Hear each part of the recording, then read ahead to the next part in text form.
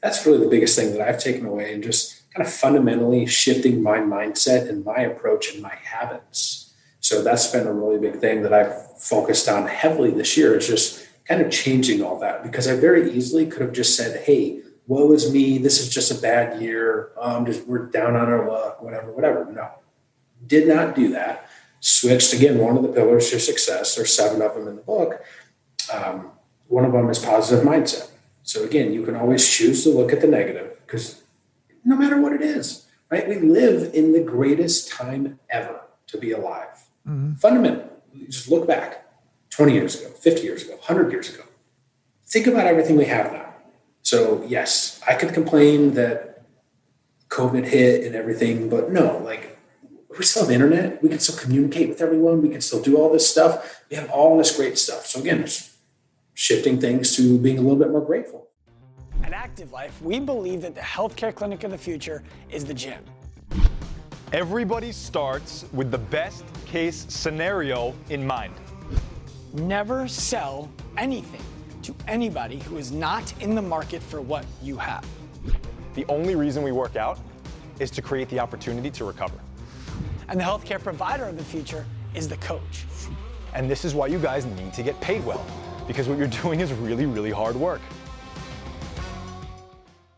All right, Nick Shaw, founder, CEO, RP Strength, which to me, I mean, I understood that RP Strength was a thing before I understood what RP Strength was, that macros were like, I didn't understand anything about anything, but I knew that RP Strength was something. And I feel like that was back in like 1994, but I know it wasn't that far back. Obviously, I'm kidding. Welcome to the show. I appreciate you coming on, Nick. Oh, of course, man. Thanks so much for having me on. 1994. If we go way back to 1994, I would have been but a wee lad. So it wasn't quite there yet. It is funny you say that, though. I guess I'll take that as a good sign that people knew about RP, and hopefully it sort of drew in their interest a little bit. And hopefully they found out about it and checked it out and like, hey, this seems pretty cool. Well, I think that, correct me if I'm mistaken, you might not have been the absolute first company who was servicing the audience who attended micro gyms, CrossFit gyms, largely, in their nutrition support. But you were definitely one of the trailblazers in the very beginning who said, this is something that needs to be managed. It's not being managed well in the gym. Just eating paleo isn't going to cut it. Following the zone, okay, yeah, if you have a scientific calculator and you can put all that stuff into it. And you guys came through with a solution early on. Yeah, so really we started off, again, like my background's in bodybuilding and powerlifting. So Dr. Mike Israetel, co-founder of RP with me, we had that background. We had that more competitive background. And we started out there. We got hooked up with some weightlifters through Team Muscle Driver back when that was a thing. I remember. No longer a thing, of course. Sure, yeah. And so what happened was we got some of their best lifters to drop a weight class, and they didn't get any weaker. In fact, they got a little bit stronger, and it sort of just blew everyone's mind. And this was 2014. Weightlifting and CrossFit were really intertwined. And so what happened was a bunch of CrossFitters took notice, and they're like, whoa, hey, what's going on here? How did you lose 20 pounds and you got stronger? That doesn't make any sense. And so people are like, well, what were you doing? And this is Travis Cooper, actually. He was kind of like the main one because he went on to earn some medals at Pan Am's that year, just crushed it. And so you know how it is. If you're in a CrossFit gym, everyone's doing weightlifting anyway. So a lot of times they look up to the weightlifters, especially some of the best in the US. And so that was kind of our little in. Travis Cooper was like, yeah, I used RP. And then so more people started getting in touch with us. And then, before you know it, we had a handful of pretty good CrossFitters using RP. And they're like, wow, this is awesome. I can eat carbs. I don't have to eat, a gallon of sweet potatoes a day. I can actually eat some other things. And they were getting leaner and performing better. And so again, it was really interesting because we were kind of early on in the shift, because now I think it's a lot more, correct me if if I'm wrong here, this is my perception of things, there's not a lot of talk of paleo anymore in CrossFit. It's kind of switched to more macro based. I think you're right. And I would be the wrong person to correct you for being wrong. I don't know enough. But I think that you're right. And I believe that you were a part of the reason for that. And I want to go back a second, Nick, and try to shine a light on something that maybe seems really simple for you, that feels like the holy grail for everybody out there who's trying to run a business online, that I would love you to give more insight to. And that is, you said you started working with the team at Muscle Driver because you were tied in there. And you worked with Travis Cooper in particular, who was a very popular weightlifter at the time. And then CrossFitters found out about it and started asking what to do and started doing it. Was that as organic as you just described it? Or was it something that you understood there was an opportunity with Muscle Driver to gain exposure for what it was that you were doing and to leverage that exposure into more clients? And did you facilitate the organic spread of word?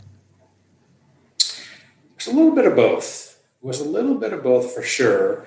So I randomly did a seminar at a gym down in Florida. It was like CrossFit Fort Lauderdale, something like that. I forget the exact name. And the next weekend or so, they happened to be doing a seminar with Travis Cooper and some Muscle Driver folks. And like the timing worked out. So that was a little bit of coincidence, I suppose, maybe a little bit of luck, you could say. And it also was, we were working with a lot of powerlifters, and really our main demographic was people that like to lift weights. They were already a little bit serious about fitness. And boy, CrossFit is a perfect, perfect demographic then, because they're all pretty serious about fitness. And here's the really cool thing about CrossFit is it ended up being a good segue for us into a little bit more of the general population. So at any given gym, let's say there's 100 members, 150, 10% maybe compete, something like that. And then the rest are just folks that want to get leaner. But what happens though, right? Usually you look up to the people that perform the best, that do the best. And if they're all using RP, then everyone else starts to take notice. So it was a little bit of both. It was kind of this shift of like, hey, this CrossFit, all they're doing is paleo. It just seems like a really good opportunity that if we can, now again, you have to break into that a little bit. And we were able to through some, high-level influencers that got started a little bit with Juggernaut training systems. They had some really good CrossFitters back in the day. And, you got a couple of those, and we just did a really good job, treated people well, and it started to spread organically. Well, the thing I wanted to speak to there, Nick, was you had an intentional strategy. It seems to me, and I'm asking you, this is not a statement, it's more of a question. You had a specific strategy to say, okay, these are the people who have influence. These are the people who we therefore want to be working with.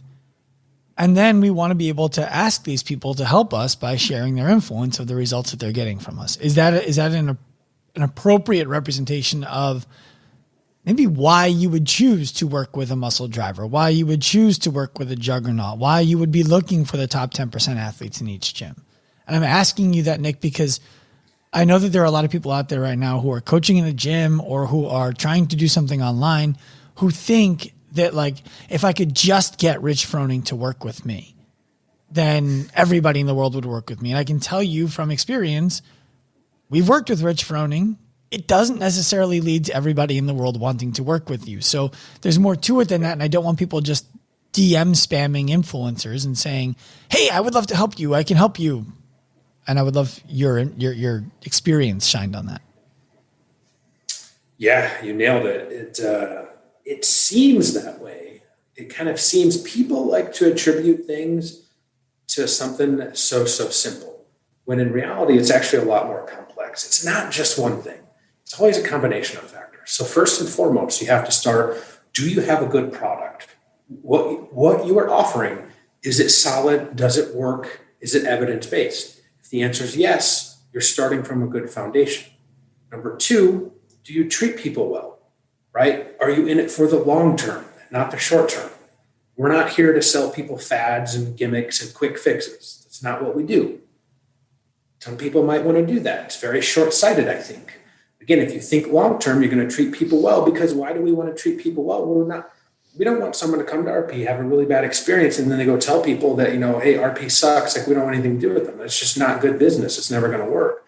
But just treat people well. We have a huge community where tons of people are willing to help. We get good results. Our products work. That's the foundation.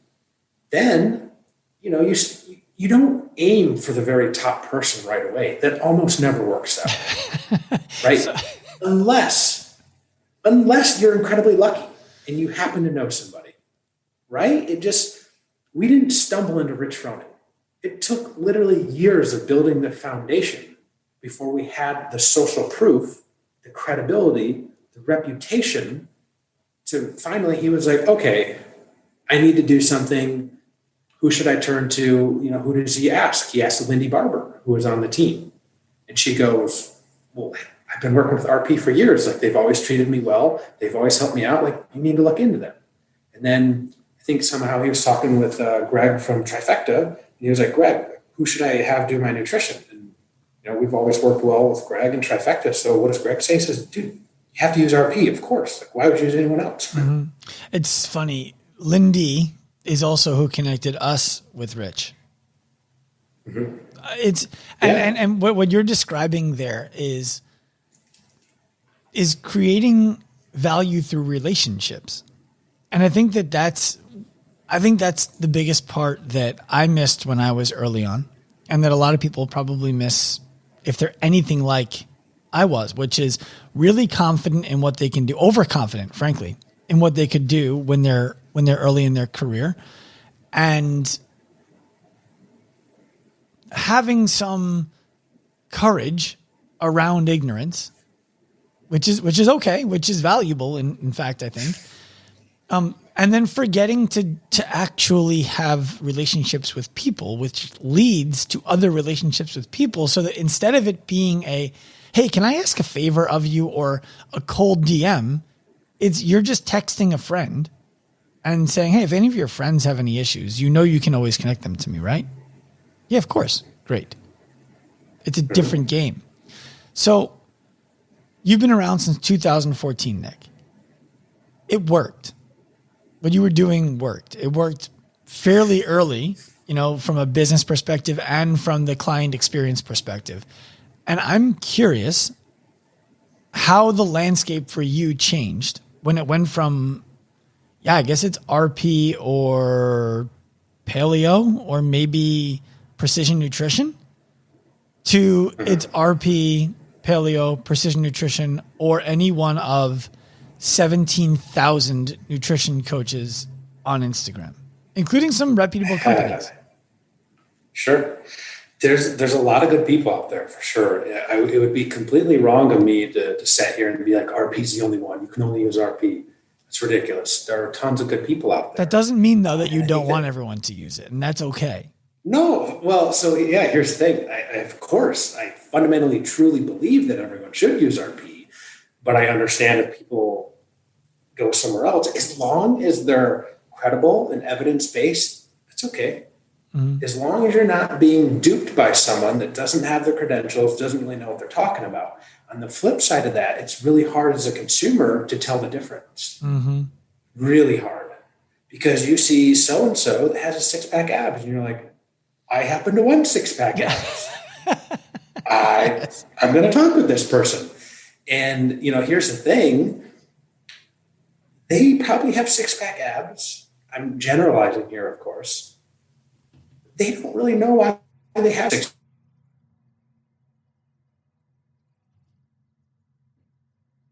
Exactly what they're doing, and they probably just have pretty good genetics, and they work and train really hard, so they're going to have six-pack abs. You have to ask yourself, do you have the same genetics? Is that, a high-level influencer, like top 10 CrossFit Games person that you want to hire as your coach? You're making such a good point there. I don't know. If I wanted to start a nutrition company off of the way that my body looked 4 years ago, not that I look terrible now. I'm not as shredded as I was 4 years ago when being shredded was a major priority for me. Now I'm just like, just stay alive for a long time and be able to function well. I could have I could have said, look, I eat like me. It would have been completely disingenuous because I didn't know a fucking thing about nutrition, and I still don't. From a scientific level, like I understand basics. I get that broccoli is better for me than a Twinkie. And I understand that grass-fed beef is probably better than corn-fed beef. But all of that stuff aside, I'm not a nutrition expert. And you're right. There's so many people out there who are selling nutrition support based on the way that they look, and whether they are an elite athlete or not, it's difficult for the person looking for help to discern really good copywriting and a physical aesthetic from appropriate coaching for them. So as more and more people have come into the marketplace, how have you found that RP needs to adapt to the inflow of competition, for lack of a better term, and provided people with the clarity of where to go? I think a couple things. So one, we've always been about being evidence-based. Everyone has really high credentials. So that's something that stands out, because what do people look for? Typically, if someone's qualified, right? So if someone has a PhD or they're a registered dietitian, that stands out. People are like, oh, okay. It kind of has that appeal to authority. They're like, okay, they have the understanding. They're probably going to know what they're talking about. Then all of our coaches also work out or athletes themselves. So they can walk the walk and they can talk the talk. Because if you have, let's say, a bookworm that doesn't look the part, it's going to be really hard for clients to take them seriously. You might know everything in the world, but if you don't look the part and you've never done CrossFit before, people are going to be like, do you really know what you're talking about? And that's probably pretty valid. And on the flip side of that, if you only look the part, but you don't really have any knowledge to back that up, you're going the other way. It's not quite as good. But if you have both, well, it's really hard to argue with both. And again, social proof is a really big thing. So we have, not only do we have the credentials and authority of, folks that are experts, we have results. Like, no one can argue that RP doesn't work. That's just fundamentally not accurate. What we've seen is people are kind of like, well, RP works too well. And I'm like, what does that even mean? Like, what do you mean RP works too well? And again, like, we've sort of adapted our philosophy a little bit over time, because we started working with a lot more hardcore athletes. And then when we got into a little bit more general population, we realized that we had to change, because adherence matters more than the perfect plan or the optimal plan. It took me a while to learn that myself. A funny story, working with some high-level CrossFit athletes, I would spend a lot of time trying to write the perfect diet for them. And I thought that I had, like, down to the minute, down to the gram. I was like, this is awesome. This is my best, finest work ever. Yeah. Then I give it to them. They don't follow it. They can't stick to it because it's too precise. It's like too perfect. And it took me a couple times of kind of messing that up to figure it out. I'm like, boy, I gotta change some things, and I gotta sit back and tweak things a little bit and sort of meet them in the middle. And that's, I'm sure you know this. It's kind of the art of coaching. You can't give someone the quote unquote perfect plan and then they never follow it. Literally, it's pointless. It doesn't mean anything. Yeah, the best plan is the one that they're going to do consistently. Yeah. So another real quick example. You mentioned Rich Froning earlier. So this happened with Rich. So I told Rich, I'm like, hey, you need to eat before training, and like, here's your plan. And then he had a knee injury or whatever, and started looking into fasting to try to get around the inflammation thing, which maybe has a little bit to it, maybe not. But it was my job to then, instead of him not following a plan at all, I had to beg Rich, tell me what you want to do. I'll meet you in the middle. So like, let's still control your calories and macros. Let's make sure that's balanced out. Let's make sure you hit that every day. But if you don't want to eat before, well, I'm not going to force you to, because that's just not realistic. So again, I just added more food after his workout, before his next one, and then a lot more food at dinner. Like, it's not perfect. It's not what I would recommend for everyone, but I think that's a pretty good example, because everyone knows who Rich is. Yeah, and I think he's a great example to discuss. I think we probably started working with him at very similar times based on what you just said, because for us, it was the 2017 CrossFit Games when he missed the clean and jerk at 465 pounds or 300, whatever it was, stupid weight, heavy weight. Wasn't that heavy. It was not that heavy. But he was like, my knee's, but I can't do this with my knee anymore. And Lindy said, I got to work with you. So fine, I'm going to do it. And the mistake that I see so many people make, and I'm glad you're speaking to it, Nick, is, oh, well, if Rich Froning does that, I'm going to do it. And it's good if they see, well, Rich Froning is working with Active Life, I'm going to work with Active Life. Nick, if they say Rich Froning is working with RP, I'm going to work with RP. It's a problem if they say Rich Froning is training 6 hours a day, I'm going to train 6 hours a day. Nick Shaw, I want Rich Froning's diet. No, you don't. No, you don't. Yeah. You don't want You don't want Rich Froning's problems, and you don't necessarily want Rich Froning's work to get his successes. So I think it's valuable for you to be discussing that, that nuance to even the perfect plan for the most decorated athlete. When you say evidence-based, what does that mean? And is even that term becoming diluted as people in the marketplace start looking at things like, I read 5 headlines, there's evidence to back this, or, you know what, answer that first, and then I'll ask the second question to it. It's a really good question. It might be coming a little watered down, but at the same time, you know how we've seen that shift from paleo to more macro-based? I think now we're seeing people be more open to a bit more science and evidence in what they recommend to people. I think that's a coming trend that we've started to notice, which I think is good overall. Absolutely. Here's the problem. You can find one study to prove just about anything that you want. Okay? That's the problem. So we have confirmation bias. It's a very real thing. We all like to read stuff that goes with what we already think. Mm-hmm. It's human nature, right? That's why we are in 2020. That's just the way. Yeah, masks work. Masks don't work. I have an article to say they do. I have an article to say they don't. Okay, great. Sure. Well, yeah, whatever it is, right? In politics, right? And coronavirus, all this stuff. It's the perfect example of it. So again, if you only find one study, well, we can find one study to say just about anything. Mm-hmm. And it can be the complete opposite of what's actually true. But evidence-based means you look at the entire body of evidence. You read, meta-analyses that sum up hundreds, if not thousands of studies. That's what our diet books do. It's not like, hey, here's one cool new study. Because here's the thing, you'll get something relatively new that comes out. People are like, what do you think of this new study? Well, it's one study. We're going to wait and see. It might be the next best thing. It might be the next greatest thing in the world. But let's give it some time. Can it be replicated? If it can, cool. Can it be replicated, 5, 10, 15, 20 times? If most of the evidence there is pointing to, yes, this is probably a good route to go, then we take a look and we say, well, hey, you know what? This is a lot of good evidence. Now we need to tweak our approach a little bit. For example, 2015, the first ever diet templates that we had huge workout shakes. You would have to drink a lot of carbohydrates during your training. More and more evidence comes out that says, hey, that's probably not as important as we once thought. So what do we do in 2016, 2017 when we change our templates? So it's kind of a two-factor thing. Well, one, the evidence is saying, yeah, you probably don't need to do this. And then two, we just got feedback from our members basically saying, hey, you know what? I'm really hungry. Can I just drink a little bit less than this or just exclude that shake altogether and just eat more whole food? The answer, of course, is yes. And so that's why we made those changes.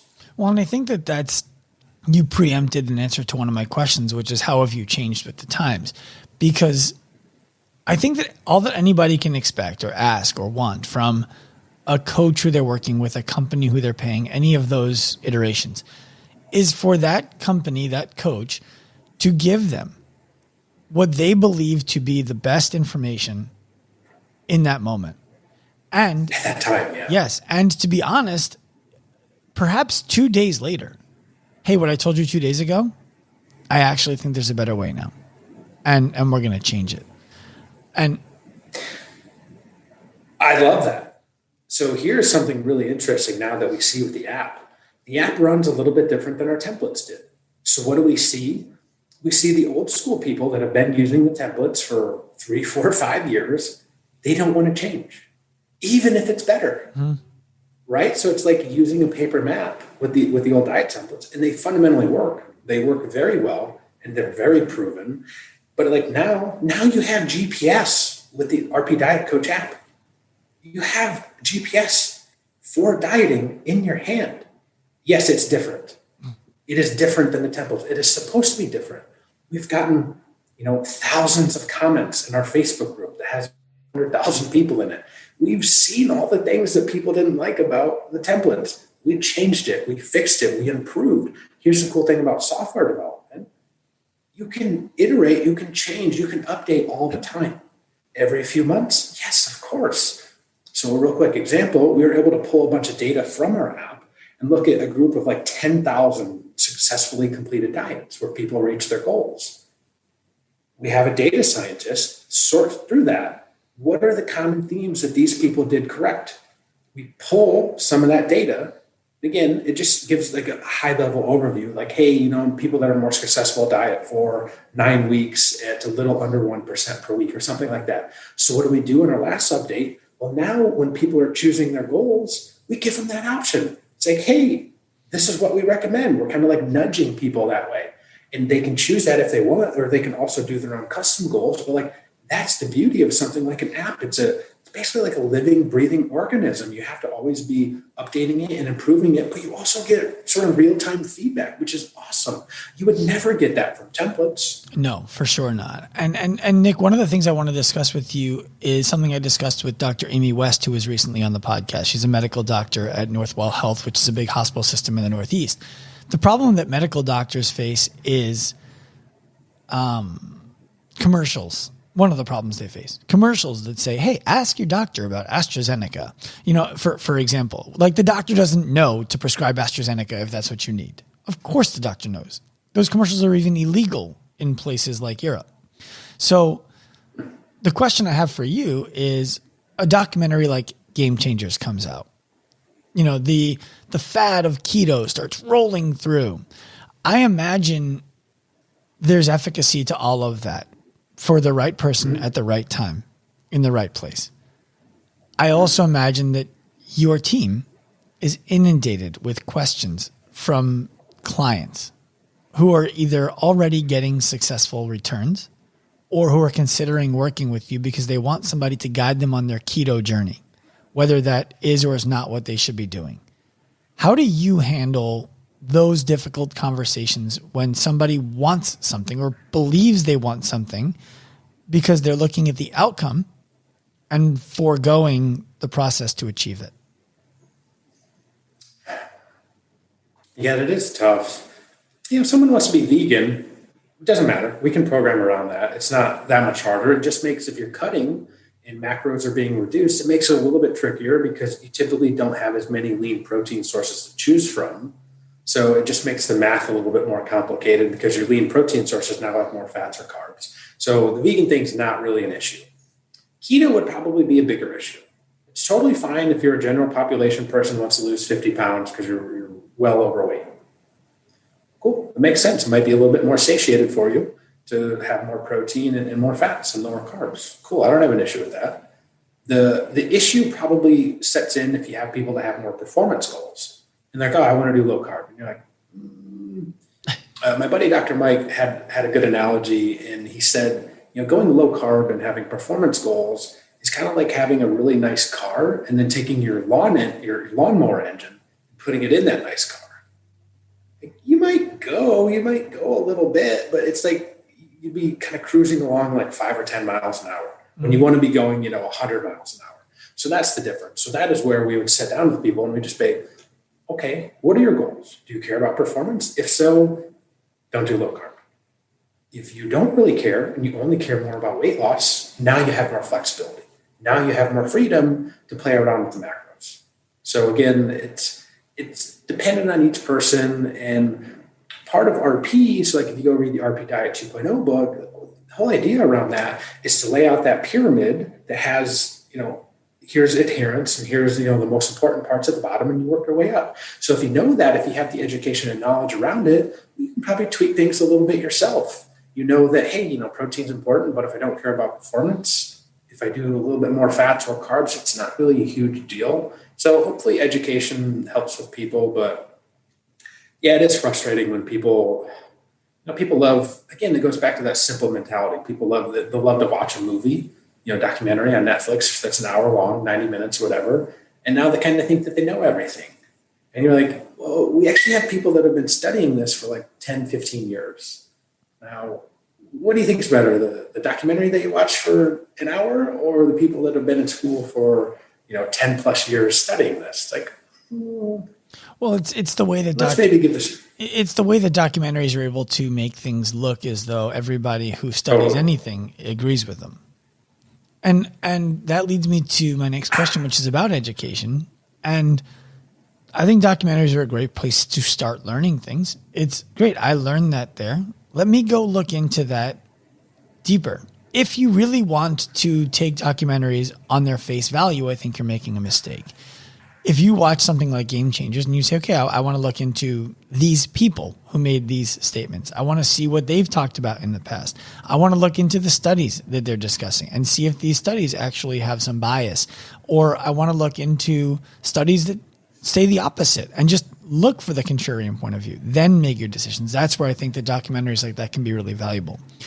There's too much immediate gratification that people are looking for. And I've heard you talk about that, and I could not agree with you more on that topic. One of the things for me that's difficult about education is all of the credible people who say wildly different things. If you listen to what the people who created blue zones, the ones who went around the world and tracked where people live the longest, centenarians, and what they do, they will say a low protein diet, high carb diet is the way to go. If you're young, protein is great. Once you pass the age of 40, they're like drastically reduce your protein and increase your carbohydrates. And they look at places like Sardinia, for example, as an example of how to live. How does somebody cut through that? How does somebody decide what to take and what not to take?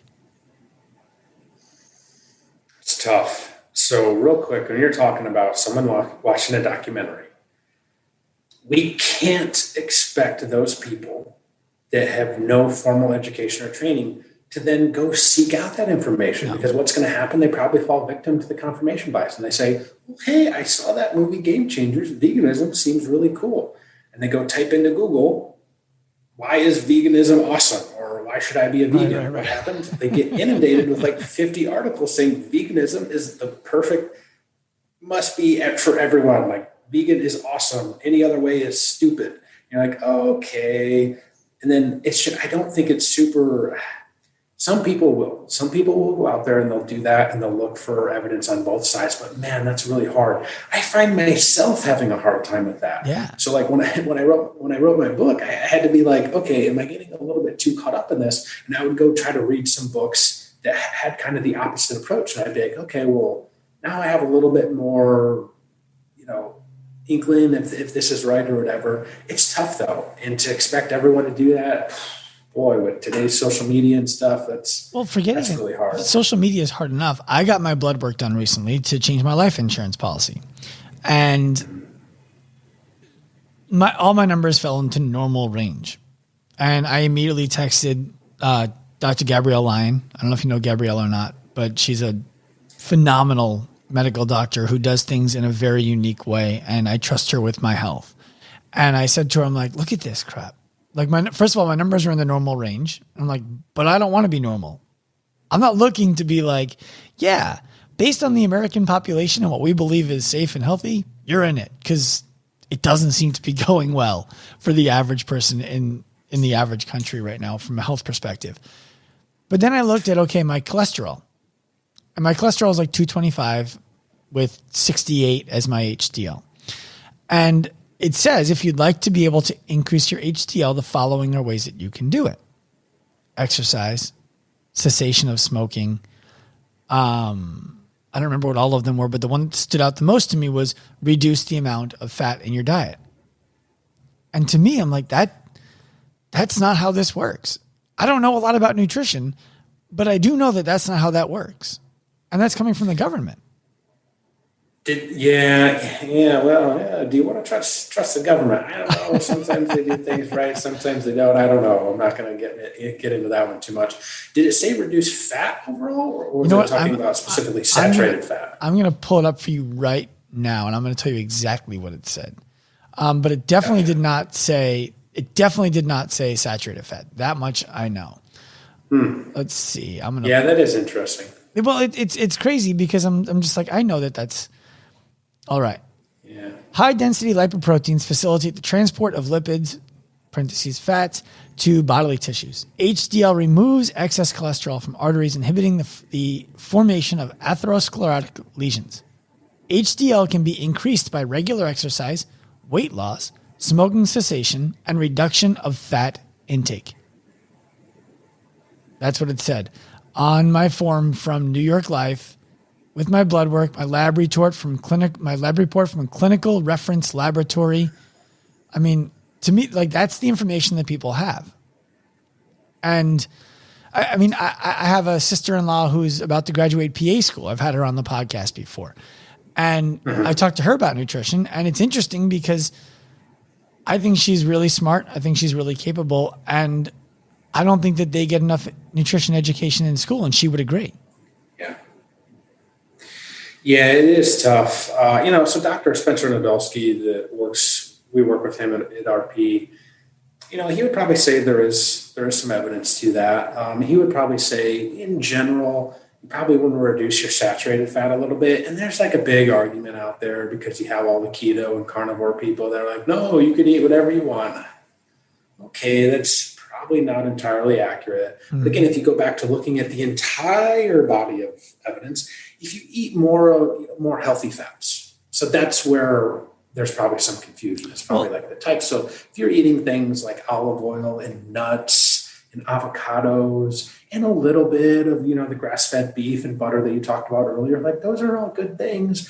It's just what we tell people. It's like, if you get about 2/3 of your fat sources from the healthy ones that are listed, you're on the right track. And then the other third probably comes from, the saturated fat sources. So yeah, it's probably not the best, but there's probably a hint of truth to it. And that's just, well, the hint of truth that I was discussing with my sister-in-law, for example, is all beef fat created equal? Or is the grass-fed, pasture-raised, grass-finished, humanely treated beef going to have a different quality of fat than the one that was force-fed grain and corn on the farm that is just trying to pump those cows up really fast and get them out? I would argue that there's going to be a difference. I don't know enough to know exactly what that difference is, but I imagine that there's a difference. Yeah, it seems to me there is a little bit of a difference in that the grass-fed beef is going to be a little bit better.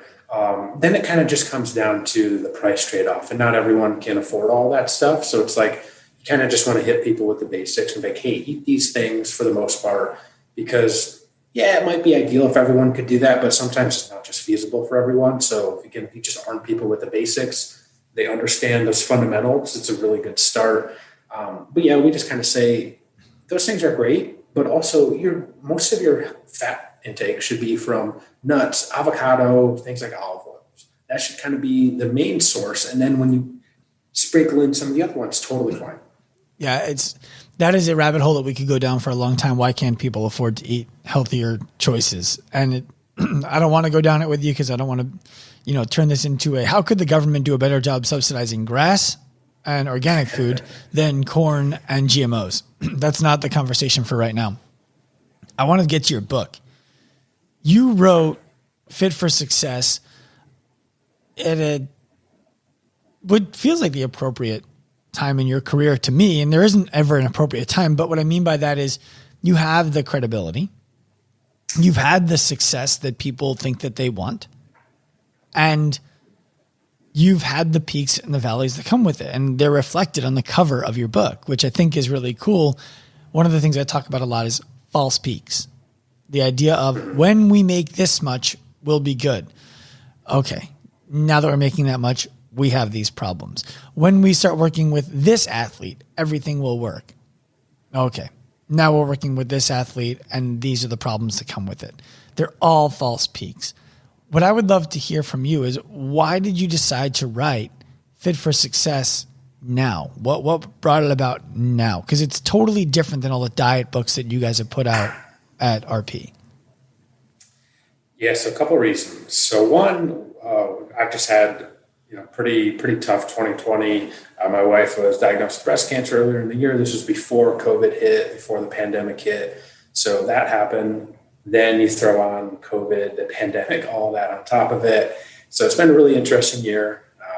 But knock on wood, we're still here and doing really well. Homeschool 2 kids. I got a 3rd grader and a 1st grader. We've had to deal with that. So it's just kind of been like this, for lack of better terms, comedy of errors this year. And it kind of goes back to I'd just been reading a ton and, just through my own experiences and working with some of the top athletes and lots of clients myself, you just start to pick up on common trends and themes that people that are more successful do. And I had like a pretty long list of them.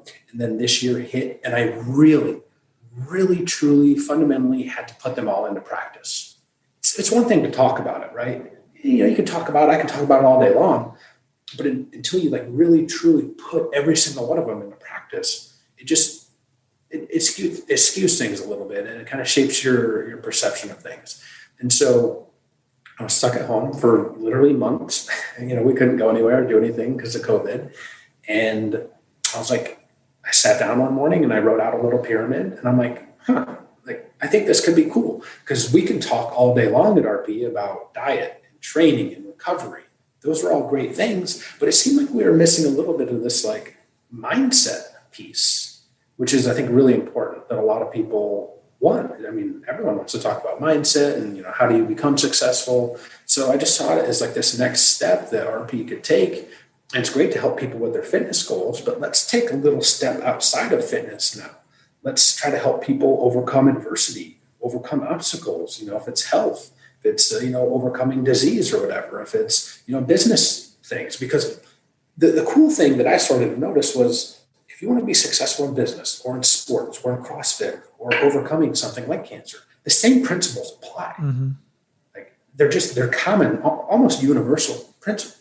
And so that's really why I wrote the book. And, I think 2020 is just the perfect time for it because everyone's struggling. Everyone has been negatively impacted this year by everything that has occurred. I've yet to meet someone that's just like, nope, my life is totally the exact same as it was before. I don't think that person exists. Maybe somewhere, but I've yet to meet them. So that's why. I agree with you. I have a selfish question to ask you. Sure. How do you tell a 1st and 3rd grader that their mom has breast cancer? Funny enough, I'll give a lot of credit to my wife. She was like, we're going to be brutally honest with them. We're just going to tell them. And I was a little hesitant of that. I was like, okay, I'll go along with that. Like, it's not my decision to make, right? And so we did. And I think it kind of helped them because like they were involved throughout the whole process. So, my wife on her Instagram account has a picture where, we all shaved our heads together and like they were involved with it. They sort of knew what was going on. So it was almost, because if you don't tell them, and they can probably pick up on things and they know that, something's wrong or, hey, why does my mom no longer have hair? Like that would be really hard. But we told them they knew what was going on the whole time. And I hope that it helped that they were involved in the process throughout and, had a little bit of say in it, I think. Mm-hmm. And if I'm not mistaken, your wife is either done or in her last round of chemo. Is that correct? Yeah, she's done now. She's been done for a couple of months. Yeah, knock on wood, everything's good. And, I kind of just look at it like 2020 has dealt everyone a really bad hand. And I think with the new year approaching here real quick, I just think everyone's going to be super happy. Well, I hope. Yeah. I hope everyone is super happy and grateful that now we're into 2021 because it seems like things can't possibly get any worse. I think it's cautious. Knock on wood. Yeah. It's cautious optimism. It's, does the change of the calendar year actually fix a lot of these problems? And I think it's no, but it's difficult to imagine all of these things lasting all the way through 2021 again. Although if they do, we'll grit and bear it. So in writing the book, full disclosure, I wrote a book and haven't published it yet. I wrote it a year and a half ago, and it's been sitting on my computer. When I was doing that, there are a lot of things about myself that I learned. And I'm still learning things about it now from not publishing it, because I'm asking myself, why am I waiting for it to be perfect when it's never going to be perfect? Is there anything that you learned about yourself when you were writing the book that was cool to look back at and say, wow, I think if I hadn't written this book, I never would have learned this about myself? Well, really, the biggest thing is just all the knowledge and wisdom that I've accumulated from just reading so many books from other people. That's the really cool part. That's really the biggest thing that I've taken away, and just kind of fundamentally shifting my mindset and my approach and my habits. So that's been a really big thing that I've focused on heavily this year, is just kind of changing all that, because I very easily could have just said, hey, woe is me. This is just a bad year. We're down on our luck, whatever. No, did not do that. Switched, again, one of the pillars to success. There's 7 of them in the book. One of them is positive mindset. So again, you can always choose to look at the negative, because no matter what it is, right? We live in the greatest time ever to be alive. Mm-hmm. Fundamentally, just look back 20 years ago, 50 years ago, 100 years ago. Think about everything we have now. So yes, I could complain that COVID hit and everything, but no, like, we still have internet. We can still communicate with everyone. We can still do all this stuff. We have all this great stuff. So again, just shifting things to being a little bit more grateful for stuff that we have. That's been a big thing. That's one big thing that I would say has been taken away from it. Again, to just, well, even to go with that, like, yeah, I can't go out and I can't travel and I can't, go visit people that I want to go see, but I'm at home. I can absolutely set up very good habits, because I'm not going anywhere anytime soon. Well, maybe sometimes we'll see that, but this is like 8 months now, right? It's like 8 months. So I've had the time to do that. And guess what? Now it's all just kind of second nature. So again, I look at that as a positive. How can I take the negatives that have happened this year and how can I make them into positives? That's essentially what the book is. Like, 2020 sucked, but I refuse to let it get me down. I refuse to let it kick me. No, false. Not going to happen. Here we are. Now we have something good in this book. If you read it, you probably read it in an afternoon. If you have a flight coming up, you're going to be on for 3-4 hours. You can probably read it, and read it. You're going to get better. You're going to learn from it, and you're just going to be better off overall. So again, if we go back to RP, we just want to help people reach their fitness goals. Now with this, it takes it one step further. Now we can help people with their mindset and overcoming adversity and obstacles. I'm curious if you decided to write the book, started writing the book, and then decided, okay, I'm going to publish it myself, or if somebody urged you along that this is something that you could and should do that would be successful. So here's the thing.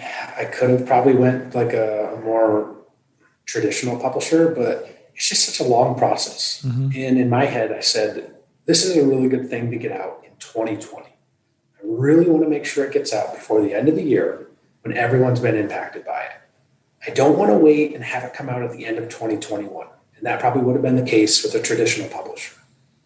Because was I too impatient? I don't know, maybe. You could probably make that argument. But again, to me, I just said, no, I want to get it out this year because I think it's really important that people hear this message this year. So you decided to self-publish and do it all yourself? Yeah, it's kind of like a hybrid publisher. They took my rough draft and then they, heavily edited it to, make me sound smarter than I really am. And, it came out really well. I'm very happy with it overall. And they helped make it look nice and did all the cover and the art and all that stuff and, helped get a print. But yeah, it was pretty cool. And, 6-8 month process, something like that. Yeah, it's an undertaking, man, especially when you're homeschooling 2 kids with a wife who's dealing with illness that she's overcoming and running a company the size of the one that you run. That's a lot to do. Yeah, well, kudos. Well, one, to my wife for helping homeschool our kids, even when she was going through all this stuff. I tried to help as much as I could, of course, but at the same time, you got to do RP stuff as well. I couldn't just totally drop that. And kudos to everyone else on the RP team. Hey, they crushed it. They did a really good job, and we're going to come out of 2020, knock on wood, I think pretty well. If there's one takeaway from the book that you would like everybody to be able to get, what is it?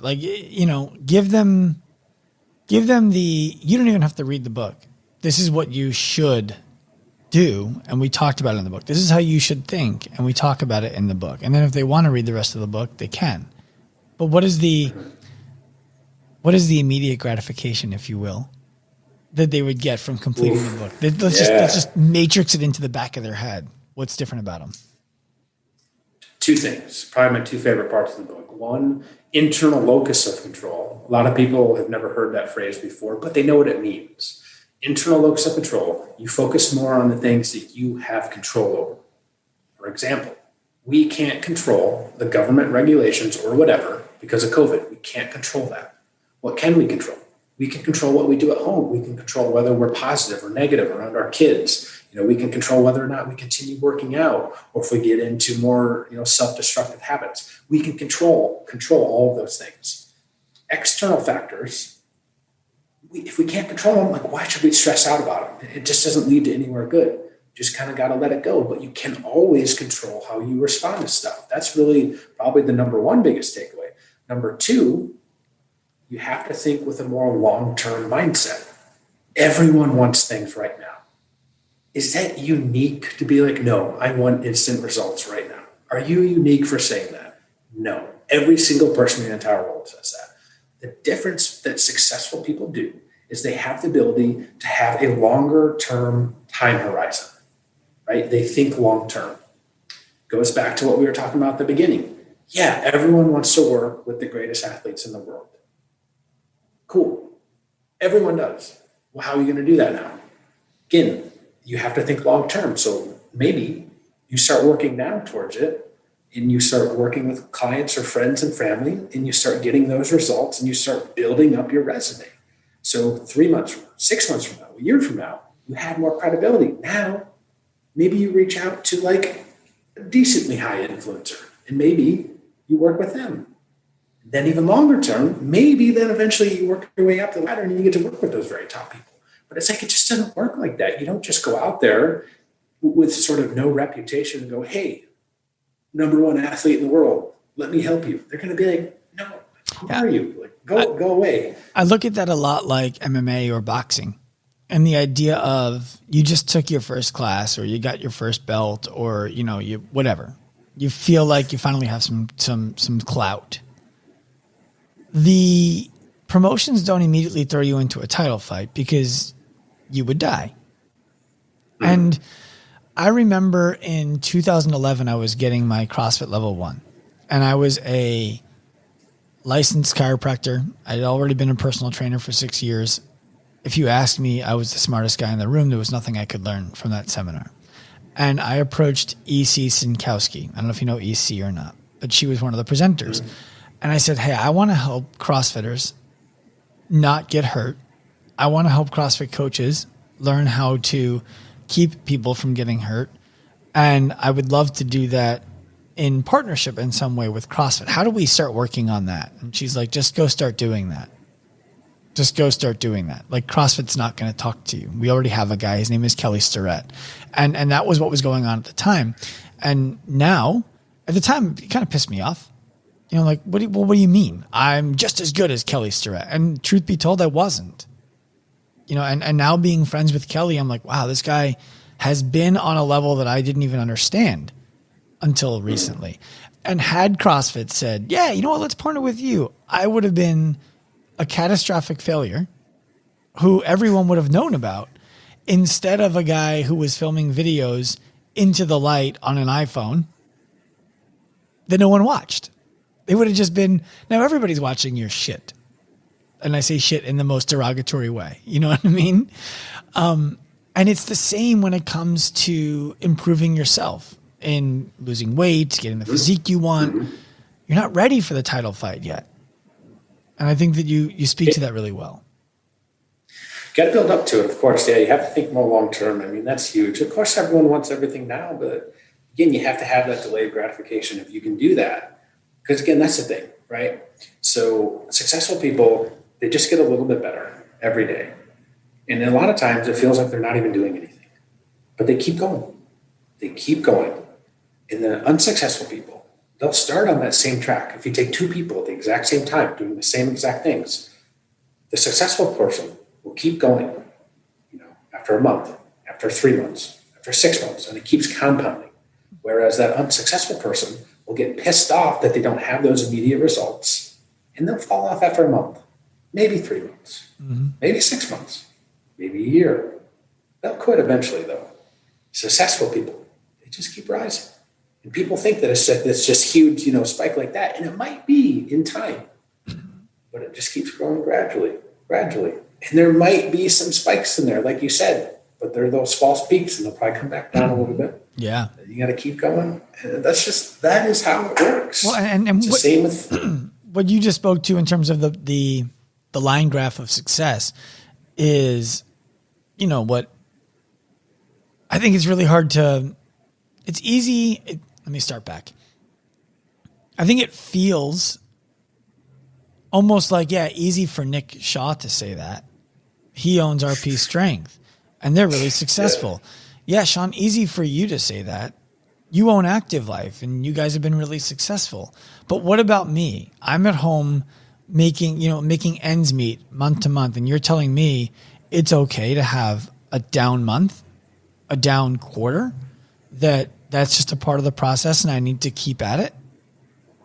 Yeah. Because I imagine that Nick, you had that. I know I've had that. We're in one right now. Yeah. So I was going to say, man, when I graduated college in 2009 and moved to New York City, we had 3 people living in a 1-bedroom apartment. Now, it did have an office that we spun into a little bit of a room that had, like a little wall or whatever. So technically it was a 2-bedroom. It's like, unless you are just incredibly blessed and have the right connections from the get-go, and some people might, right? There's just some people get lucky, I suppose. But that's not the most people, right? The most people that are successful, they start out from essentially nowhere, right? And it would be incredibly wrong for someone to look at, let's say you or I, if you're using those examples. And I don't know about you, but I always look at myself and I'm like, I always compare myself to other people. And I'm just, unfortunately, right? Because we all do that. But I'm just like, people say, oh, you're successful. I'm like, what? I'm not successful. Like, look at these people. Like, those are the successful people. And I have to imagine that those people, they're probably looking up to the, number one person in the world. Like, I'm not successful like that person is. Like, that's how it works. You're always just kind of, the hierarchy. So again, like, everyone struggles. Well, I think gotta keep going. I think that there's so much out there that makes it difficult for people to feel like that's okay. And I think that that's a problem. I think that there are too many people providing influence who are saying things like, don't compare yourself to other people. And they're right. But then they forget to say, the reason I'm telling you not to compare yourself to other people is because every time I do it, I struggle. Instead of saying that, they just make it seem as though they never do it. And I think that for you to have the vulnerability and the transparency to say, I do that, it opens up the door for other people to recognize that I'm not actually striving for perfection. That's not going to happen. I'm striving to be able to recognize and observe myself when I err. Because like you just said, 100%. I made a post yesterday about focusing on fulfillment instead of focusing on money, because that's where you're going to find both of them. And in that post, I talked about how I used to text a friend of mine, this year we're going to make $1 million in the business. It's going to be $83,000 months. And at the time we were doing like $45,000 months. Totally the wrong thing to focus on. And I was doing that because I'm like, I need to have $1 million business so I can tell people I have $1 million business. Yeah. For no other reason. Yeah. It's like, I want to be in when I go in that room, I want to feel like I fit in. And it's human, but it's not productive. Totally. I mean, there's a chapter in the book that's all about failure. So it's not that, successful people, they fail all the time. It's not that they don't fail. A lot of people are so afraid to fail that they don't even start. That's kind of the big misconception there. But successful people, they fail and they learn from it and they keep going. I mean, if you want to know about publishing a book, I can listen. I'm in basically week 1 and I can give you a handful of errors already. I've got a handful of them. I got them written down. It's kind of how it goes. And, you learn. And eventually, if, we do another hardcover book, like, we're not going to make these same mistakes. That's how it works. You're going to make little blunders, and it's okay.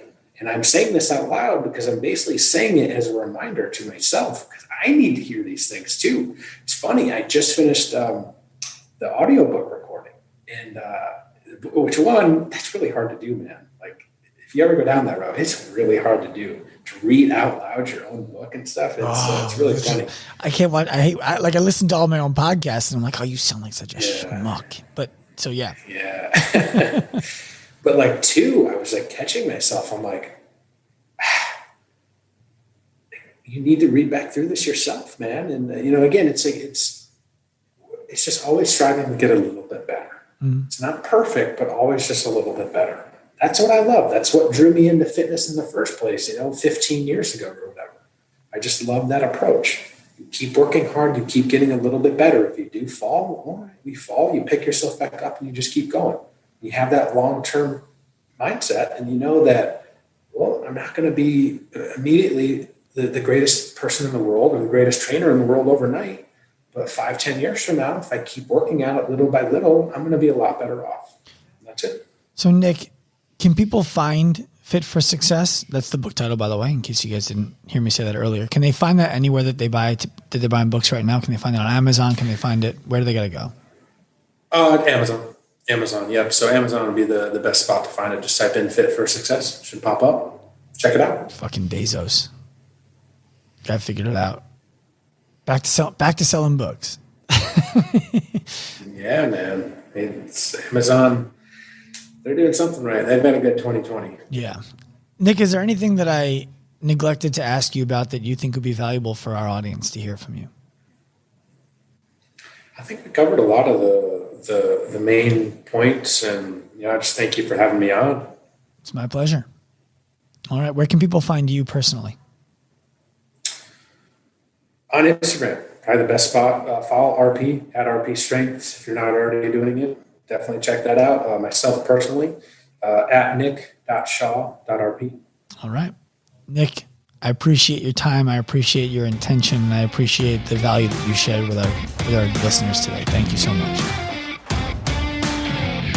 I hope you enjoyed this episode of the Active Life Podcast. If you did, please be sure to head to wherever you listened to it and give us a quality review, as well as 5 stars if you can spare them. If you want more from us, feel free to follow all of our social media accounts at Active Life Professional, Active Life RX, and Dr. Sean Pastuch on Instagram. Remember, at Active Life, we believe that the healthcare clinic of the future is the gym, and the healthcare provider of the future is the coach. We also believe that future is now.